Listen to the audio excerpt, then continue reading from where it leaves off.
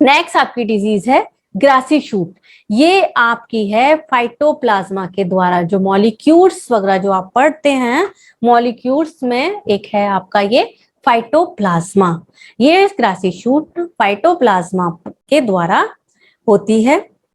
ये disease planting करने के 2 महीने बाद प्रकट होती है। और ये डिजीज कैसे पहचानी जाती है कि जो टिलर है बेस से, ये जो अफेक्टेड शूट होता है उसके बेस से कई सारे घने टिलरिंग निकलनी शुरू हो जाती है और इसकी लीव्स जो हैं पेल येलो कलर की हो जाती है और बाद में कंप्लीटली क्लोरोटिक हो जाती है, थिन हो जाती हैं। यहाँ पर आप देख रहे हैं ये थिन और नैरो हो जाते हैं। इसकी वजह से प्लांट जो है झाड़ी नुमा घास की तरह दिखाई देने लगता है। ये आप देख रहे हैं इस तरह से, ये घास ऐसे लग रहा है घास लगी है। गन्ना तो ऐसे नहीं लगता है, गन्ना तो बहुत क्लियर दिखता है, तो ग्रास लाइक दिखने लगता है क्योंकि इसमें जो गन्ने की इंटरनोड्स जो हैं वो रिड्यूस हो जाती है, साइज में कम हो जाती हैं और उसमें तेजी से ये टिलरिंग होनी शुरू होती है। आगे ये है कि अफेक्टेड जो क्लम्स हैं वो स्टंटेड बौने रह जाते हैं और ऑक्सिलियरी बर्ड जो है प्रीमेच्योर उनमें प्रोलिफरेशन होने लगता है, मतलब ज्यादा से ज्यादा वो बनने लगती हैं, बहुत ज्यादा अमाउंट में ये बनने लगते हैं। और जो अफेक्टेड क्लम्स होता है उसमें गन्ना बहुत मुश्किल से ही कभी कभी ही बनता है, अगर बनता है तो वो पतला और छोटे इंटरनोड वाला होता है। इस तरह के गन्नों की बड पेपरी कागज नुमा और अनियमित आकार से इलोंगेटेड लंबी हो जाती है। ये डिजीज फाइटोप्लाज्मा के द्वारा होता है।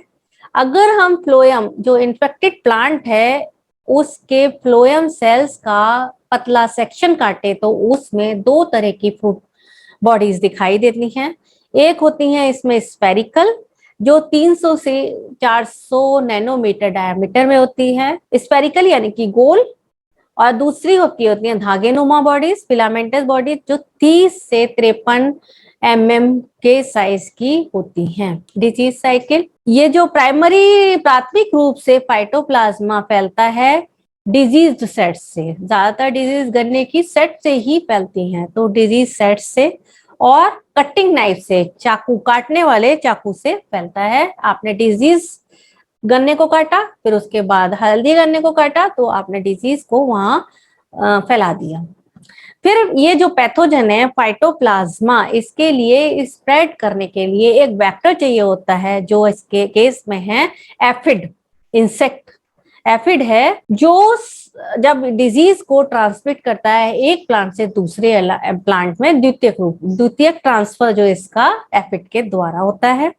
ये एफिड है, ये एफिड के नाम है। और सोरघम और मेज इसके प्राकृतिक पार्श्विक परपोषी हैं, मतलब अगर उसको गन्ना नहीं मिलेगा तो ये सोरघम पे या मेज में सरवाइव कर लेता है, फिर वहां से फैल जाएगा गन्ने पर। मैनेजमेंट, जैसे ही सिम्टम्स आने शुरू हो, लक्षण प्रकट हो, डिजीज वाले पार्ट को हटा दें।